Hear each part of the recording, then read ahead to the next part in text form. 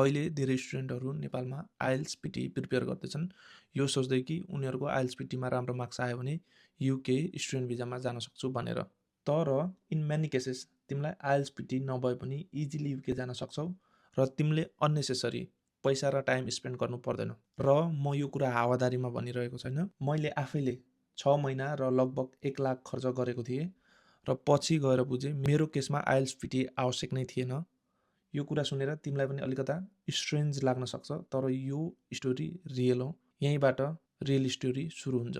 आजको भिडियोमा IELTS PT related confusion छ भने क्लियर बनाउन भिडियो मैले बनाएको हो। युके जानको लागि आइएल्स रुल हो कि अप्सन हो यो कुरा बुझ्न जरुरी छ र मैले यो कुरा बुझाउने ट्राई गर्नेछु। So by the end of this video you will understand either तिमीलाई आइएल्स पिटी चाहिन्छ कि चाहिँदैन, कुन युनिभर्सिटी तिम्रो लागि इजी हुन सक्छ without IELTS or PTE, easiest way के हो अथवा अरु अप्सन के छ। अल्सो तिमीले आफ्नो केस के कस्तो छ आफैले चेक गर्न पनि सक्छौ। र यो भिडियो खास गरी उनीहरुको लागि जसलाई रियल क्ल्यारिटी चाहिन्छ, न कि कुनै र्यान्डम सजेसन। यो भिडियो मेरो ओपिनियन मात्र होइन, यो real experience plus system understanding पनि हो। त्यसैले भिडियोलाई अन्तिमसम्म हेर्नु होला। आउनुस् आजको भिडियो सुरु गरौँ र अब यो बुझ्नको लागि सुरुमा एउटा रियल स्टोरी सुनौँ। आजभन्दा 3 वर्ष अघि मैले पनि युके जाने सपना देखेँ। यो सपना तिम्रो पनि हुन सक्छ। Better future, better exposure, better लाइफको लागि भए पनि। र यसको लागि म पुतली सडकमा रहेको एउटा कन्सल्टेन्सीमा छिरेँ। सबै कुराहरू एकदमै स्मुथ भयो र फाइनलमा एउटा कुरा के भन्नुभयो भने डोन्ट वरी भाइ, तिमी आइएल्स पिटी प्रिपेयर गर, बाँकी कुरा सबै मैले ह्यान्डल गर्छु। त्यसपछि हुन्छ भनेर म पनि घरमा आएँ। घरमा आइसकेपछि ल्यापटप खोले, best PTE class, best PTE coaching near me भन्दै सर्च गर्न थाले। नजिकै एउटा पिटी क्लास रन भइरहेको थियो, त्यहाँ रेगुलर जान थाले। त्यसपछि मक टेस्ट दिए, राम्रो मार्क्स आइरहेको थियो र कन्फिडेन्ट भएर पिटी एक्जाम दिन गए। एक्जाममा आफूले सोचे जस्तो मार्क्सहरू आएन, मेहनत पुगेन कि भनेर फेरि अलिकता मेहनत गरेर एक्जाम दिए। बेटर रिजल्ट आयो तर सोचेको जस्तो राम्रो मार्क्स स्टिल आएन। त्यसपछि फ्रस्ट्रेट भइरहेको थिएँ। त्यतिकैमा साथीले एउटा कन्सल्टेन्सी भिजिट गर्न लग्यो। त्यो कन्सल्टेन्सीमा मेरो प्रोफाइलहरू उहाँहरूले चेक गरिसकेपछि उहाँहरूले तिम्रो केसमा तिम्रो एकाडेमिक ब्याकग्राउन्ड राम्रो छ, तिमीलाई आइएल्स पिटी आवश्यक नै छैन, किन टेन्सन लिइरहेको भनेर भन्नुभयो। र यो मोमेन्टमा मलाई कस्तो हिट गर्यो। आफूसँगका साथीहरू अलरेडी अस्ट्रेलिया युएसए गइसकेका थिए, म चाहिँ काठमाडौँमा भौतारिरहेको थिएँ। र त्यहाँ गएर मलाई एउटा कुरा के रियलाइज भयो भने सायद आइएल्स पिटीमा मेरो मेहनत नपुगेको होला, सायद बेटर गर्न सक्थे, तर मैले रङ गाइडेन्स वा त कसैको रङ सजेसनको कारणले मेरो आफ्नो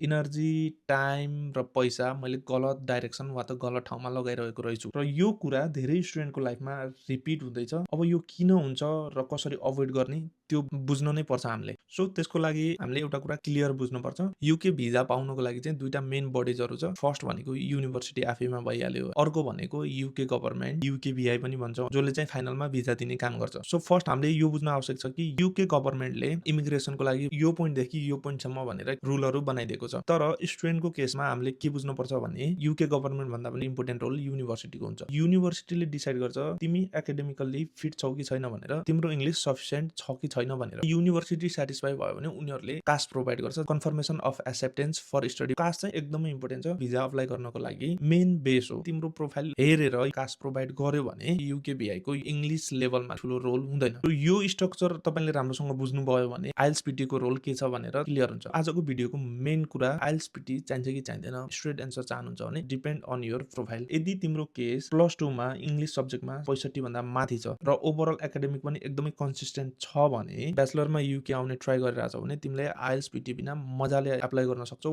मोस्ट अफ द युनिभर्सिटीले आइएल्स पिटी बिना एक्सेप्ट गर्छ र सेम मास्टरमा पनि मजाले एप्लाई गर्न सक्यौ। तर यसमा युनिभर्सिटीले प्री कास्ट इन्टरभ्यु लिन सक्छ, जसमा इङ्ग्लिस नोटिस गर्न सक्छ, क्वेसनहरू सोध्न सक्छ, why UK, why this university. र यदि तिम्रो केस इङ्ग्लिस सब्जेक्टमा 50 देखि 60 को बिचमा छ, एकाडेमिक ग्याप पनि छ वा एकाडेमिकली लोमा हुनुहुन्छ भने कुनै युनिभर्सिटीले विदाउट आइएल्स पिटी एक्सेप्ट पनि गर्न सक्छ, तर कुनैले स्ट्रिक्टली आइएल्स पिटी माग्न सक्छ। तर यदि तिम्रो इङ्ग्लिसमा just 45 IELTS PTE proof marks छ, तिमी आइएल्स दिएर आउने सोचिरहेछौ भने overall 6 is band, not less than 5.5 र पिटीमा 55 भन्दा माथि आयो भने मजाले आउन सक्छ युके। मोस्ट अफ द युनिभर्सिटीले यो मार्क्सलाई मजाले भ्यालु गर्छ, एक्सेप्ट गर्छ। हामीले के बुझ्नुपर्छ भने आइएल्स पिटी भनेको एडमिसनको लागि मात्र होइन, यो तिम्रो रियल कम्युनिकेसन एबिलिटी प्रुभ गर्ने टुल हो, जुन हेरेर युनिभर्सिटीले डिसाइड गर्छ okay they can study, they can communicate. यो कुराहरू आइएल्स पिटी को मार्क्सबाट डिसाइड गर्छ। क्लियर कुरा हामीले के बुझ्नुपर्छ भने आइएल्स पिटी भनेको रुल होइन, यो चाहिँ प्रुफ हो that you can communicate in English. र आइएल्सपिटी कुन केसमा चाहिँ कम्पलसरी हो वा त कुन केसमा कम्पलसरी छैन क्लियरिटी हुनुपर्छ। अब एउटा इम्पोर्टेन्ट कुरा, कुनै युनिभर्सिटीले इएमआई रिक्वायर गर्छ भनेको इङ्ग्लिस मिडियम अफ इन्स्ट्रक्सन, यो तिम्रो कलेजले दिने अफिसियल लेटर हो जहाँ क्लियरली लेखेको हुन्छ this student studied in English medium भनेर। र यो कलेजको अफिसियल लेटर हेडमा कलेजको स्ट्याम्पका साथ डेट एन्ड कलेजको डिटेलहरू पनि क्लियर हुनुपर्छ र यहाँ चाहिँ अथोराइज सिग्नेचर पनि कम्पलसरी हुनुपर्छ। यो इएमआई लेटर पनि तपाईँले as a proof of English भनेर एडिसनल डकुमेन्टमा एट्याच गर्न सक्नुहुन्छ। र यो इएमआई लेटर सबै युनिभर्सिटीले एक्सेप्ट गर्छ भन्ने ग्यारेन्टी हुँदैन। कुनै युनिभर्सिटीले एक्सेप्ट गरे पनि भेरिफाईको लागि इन्टरभ्यूहरू लिन सक्छौँ। अब हामीले के चाहिँ बुझ्नुपर्छ भने सबै युनिभर्सिटीहरू एउटै हुँदैनन्, सबैको र्याङ्क डिजायरहरू एउटै हुँदैन। कसैले प्रोपर स्टडीलाई मात्र फोकस गर्छ र त्यही भएर बबाल स्टुडेन्टलाई मात्र एडमिसन दिन्छ, तर कसैको डिजायर सकेसम्म धेरै स्टुडेन्टलाई एडमिसन दिएर बिजनेस गर्ने भनेर सोचेको हुन्छन्। सो तपाईँले कुन युनिभर्सिटीमा अप्लाई गर्दै हुनुहुन्छ र उनीहरूको डिजायर के छ यो कुराहरू बुझ्न आवश्यक छ। 2026 मा स्ट्रिक्ट भएको छन्, किन भन्दा अहिले सिस्टम चेन्ज भएको छ। पास्टमा धेरै स्टुडेन्टहरू युके आएर पढाइ छोडेर कामहरू गर्न थाले, पैसा मात्र कमाउन थाले। अर्को भनेको कोही स्टुडेन्टलाई राम्रो कम्युनिकेसन गर्न नआएर पनि इएमआई बेसमा चाहिँ युके आउन थाले र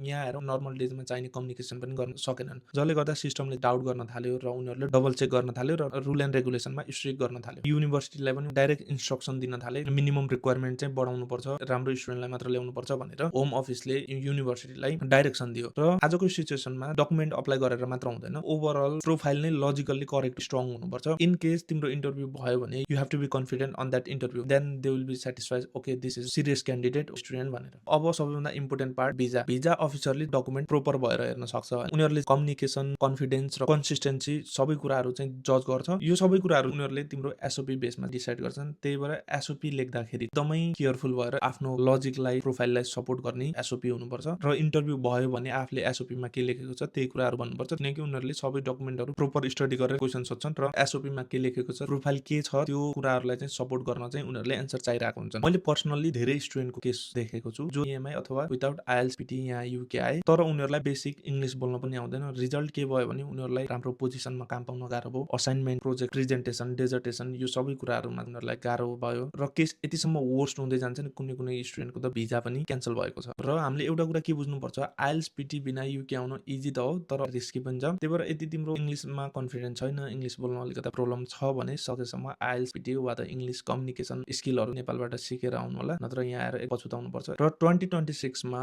स्टिल धेरै स्टुडेन्टहरू कन्सल्टेन्सीलाई ब्लाइन्डली फलो गरिरहेको हुन्छ। उनीहरूले आइएल्सपिटी बिना अप्लाई गर्दैछन् भने घरमा इङ्ग्लिस बोल्ने प्र्याक्टिसहरूलाई टोटल्ली इग्नोर गर्छन् र सबले गरिरहेको छन्, सबले उता गएर सर्भाइभ गरिरहेको छन्, मैले पनि त सर्भाइभ गर्न सक्छु भन्ने माइन्डसेट राख्नु नै 2026 को एकदमै डेन्जर कुरा हो। सकेसम्म स्टुडेन्टले यो माइन्डसेट चेन्ज गर्नुपर्छ र इङ्ग्लिस प्र्याक्टिसलाई ध्यान दिनुपर्छ। एउटा कुरा के याद गर्नुहोस् भने यदि एकचोटि भिजा रिजेक्ट भयो भने सेकेन्ड टाइम पनि भिजा लाग्न वा त अरू कन्ट्रीमा अप्लाई गर्दै केस अलिकता जटिल बन्न सक्छ। अब सबैभन्दा इम्पोर्टेन्ट कुरा वाट यु क्यान डु, तिम्रो कन्ट्रोलमा के छ जहाँ चाहिँ तिमीले वर्कआउट गर्न सक्छौ, जहाँ चाहिँ तिमीले ध्यान दिन सक्छौ। तिम्रो इङ्ग्लिस कम्युनिकेसन कुन लेभलमा छ, एटलिस्ट युकेमा आएर नर्मल कम्युनिकेसन गर्न सक्छौ कि सक्दैनौ। यदि सक्दैनौ भने आइएल्सपिटी वा त कुनै इङ्ग्लिस क्लासहरू लिएर आफ्नो कम्युनिकेसनहरूलाई स्ट्रङ बनाउने। अर्को भनेको तिमीले आइएल्सपिटी बिना अप्लाई गर्न सक्छौ कि सक्दैनौ। इफ सक्छौ भने त्यसको लागि इएमआई रेडी पार्नु पर्यो र तिम्रो केसमा आइएल्सपिटी बिना अप्लाई गर्न लजिकली स्ट्रङ छ कि छैन यो सबै कुराहरू बुझ्न एकदमै आवश्यक छ। सो यो सब कुरा अनेस्टली एनालाइज गरेर आफूले बुझ्यो भने तिम्रो डिसिजन एकदमै क्लियर हुन्छ, जसले गर्दा पछिको दिनमा धेरै नै क्लियर आइडियाहरू, धेरै नै क्लियर पाथहरू देख्न थाल्छन्। अब अर्को क्वेसन बुझौँ, कुन युनिभर्सिटी चाहिँ विदाउट आइएल्सपिटी इजी हुन्छ, यो बुझ्न एकदमै इम्पोर्टेन्ट छ। किनकि धेरै स्टुडेन्टलाई चाहिँ के लाग्छ भने लगभग सबै युनिभर्सिटीको रुलहरू, प्रोसेसहरू त सेमै हुन्छ, तर जनरली युनिभर्सिटीहरू 3 टाइपको हुन्छ। फर्स्ट भनेको इएमआई फ्रेन्डली युनिभर्सिटी हुन्छ, जहाँ चाहिँ तिम्रो इङ्ग्लिसमा राम्रो मार्क्स छ भने इएमआई एक्सेप्ट गरेर बेसिक इन्टरभ्यूहरू लिएर एडमिसन दिन सक्छ, जहाँ एडमिसन रिक्वायरमेन्ट मिनिमम हुन सक्छ। इक्जाम्पलको लागि युनिभर्सिटी अफ वुल्भरह्याम्पटन, युसिबी, बर्मिङहम सिटी युनिभर्सिटी, अरू थुप्रै युनिभर्सिटीहरू छन्। क्युएस र्याङ्किङमा यो युनिभर्सिटी हेर्ने हो भने तपाईँको 600 देखि 1000 को बिचमा हुन्छ। को र्याङ्किङमा लोएस्ट युनिभर्सिटीहरू भनेर यिनीहरूलाई नराम्रै छ भन्न चाहिँ मिल्दैन। इन्टरनेसनल स्टुडेन्टलाई सपोर्टहरू गरिरहेको हुन्छन्, फ्लेक्सिबल एडमिसन प्रोसेस पनि हुन्छ। त्यही भएर यदि कोही स्टुडेन्ट युके आउन चाहन्छ इजी प्रोसेसबाट भने अप्लाई दिस युनिभर्सिटी। त्यसपछि मिडियम रेन्जको युनिभर्सिटी हुन्छ जहाँ डिसिजनहरू केस बाई केस स्टडी गरेर हुन सक्छ। यहाँ इन्टरभ्यूहरू पनि एकदमै स्ट्रङली अब्जर्भ हुन्छ, कसरी बोलिराख्नु भएको छ, कम्युनिकेसन के कस्तो छ, अनि एकाडेमिक प्रोफाइल कतिको स्ट्रङ छ, सबै कुराहरू यो रेन्जको युनिभर्सिटीले चेक गर्छ। इक्जाम्पलको लागि Coventry university, university of West London, त्यसपछि Nottingham Trent university, Manchester Metropolitan university, यो युनिभर्सिटीमा तपाईँको प्रोफाइल प्लस इन्टरभ्यू अनि त्यसपछि एकाडेमिक कन्सिस्टेन्टमा एकदमै इम्पोर्टेन्ट छ एडमिसनको लागि। यी युनिभर्सिटी क्युएस र्याङ्किङमा हेर्ने हो भने 400 देखि 800 को बिचमाहरू हुन्छ। यस्ता युनिभर्सिटीहरूको चाहिँ स्पेसल्ली तपाईँको प्लेसमेन्टमा एकदमै फोकसहरू भइरहेको हुन्छ। त्यसपछि सिटी एक्सपोजर, इन्डस्ट्रियल लिङ्कहरू राम्रो हुन्छ। त्यही भएर त्यसपछि मेरो लिस्टको टप युनिभर्सिटी तपाईँको प्रोफाइल एकदमै स्ट्रङ भयो भने आइएलटिएस स्टिल इम्पोर्टेन्ट छ। यहाँ चाहिँ सर्टकटहरू हुँदैन। यो युनिभर्सिटी स्पेशली रोसल ग्रुपहरूमा पर्छन् जहाँ इङ्ग्लिस प्रुफहरू एकदमै इम्पोर्टेन्ट छ। इक्जाम्पलको लागि university of Birmingham, university of Manchester भयो, university of Warwick, university of Edinburgh, यस्तो धेरै युनिभर्सिटीहरू छन् जसले एकदमै strong profile plus proof of English compulsory नै माग्छ। क्युएस र्याङ्किङमा हेर्ने हो भने यी युनिभर्सिटी मोस्टली टप 50 देखि 200 बिचको रेन्जमा पर्छन्। यहाँ राम्रो स्टुडेन्ट आउने भने एकदमै कम्पिटेटिभ हुन्छ र एडमिसन पाउन गाह्रो पनि छ यी युनिभर्सिटीहरूमा। सो युनिभर्सिटी सिलेक्सन नै सबैभन्दा इम्पोर्टेन्ट डिसिजन हो। धेरै केसमा प्रब्लम स्टुडेन्टको हुँदैन कि उनीहरूको युनिभर्सिटी सिलेक्सन चाहिँ गलत हुन्छ। युनिभर्सिटिज र्याङ्किङ कहाँबाट चेक गर्ने यो कुराहरू कन्सल्टेन्सीले पनि क्लियर भनिदिँदैन अनि स्टुडेन्टहरूलाई पनि थाहा हुँदैन, तर भेरिफाई गर्न सक्नुपर्छ र यो एकदमै इम्पोर्टेन्ट पनि हो। युनिभर्सिटीले कतिको राम्रो गाइड गरिरहेछ भन्ने पनि यहाँबाट बुझिन्छ। सो सबैभन्दा ट्रस्टेड सोर्सहरू भनेको क्युएस वर्ल्ड युनिभर्सिटी र्याङ्किङ भन्ने छ, त्यहाँबाट चेक गर्न सक्नुहुन्छ। अर्को भनेको गार्डियन युनिभर्सिटी र्याङ्किङ भन्ने छ, अनि त्यसपछि भनेको टाइम्स हायर एजुकेसन र्याङ्किङ भन्ने छ।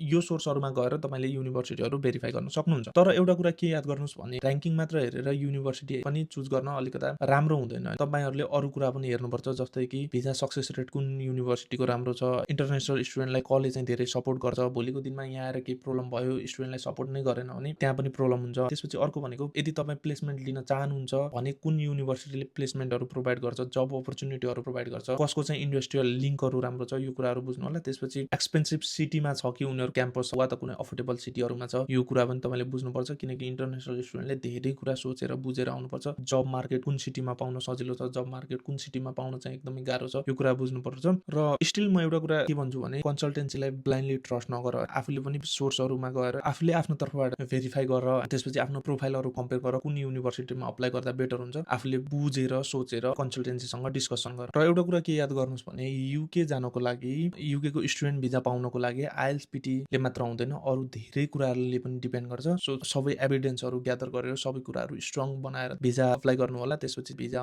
पाउने चान्सेसहरू एकदमै हाई हुन्छ। र यो सबै कुराहरूले धेरै स्टुडेन्टसँग डिस्कसन गरेर ग्राउन्ड रियालिटी बुझेको हुँ। So if you understand this video, तपाईँले यो मिस्टेकहरू रिपिट नगर्नु होला। यदि केही कुरा बुझ्न जान्न मन छ भने तपाईँले अफकोर्स मलाई मेसेज गर्न सक्नुहुन्छ, र मबाट केही गल्ती भएको छ भने सुझाव सल्लाहको लागि कमेन्ट बक्स खाली नै छ, र केही कुरा सोध्न मन छ भने कमेन्ट बक्समा तपाईँले सोध्न सक्नुहुन्छ। र if you want to talk anything personally तपाईँले मलाई सोसियल मिडियामा डिएम गर्न सक्नुहुन्छ। मैले चाहिँ मेरो सबै सोसियल मिडियाको लिङ्कहरू डिस्क्रिप्सनमा राखिदिन्छु। We can have a good chat here, we can discuss your profile, होइन, सबै कुराहरू बुझ्न सकिन्छ। र तिम्रो जर्नी क्लियर र कन्फिडेन्ट बनाऊ। केही मबाट हेल्प चाहिन्छ भने आई एम अलवेज रेडी। हस्त नमस्ते, शुभ दिन, शुभ रहोस्।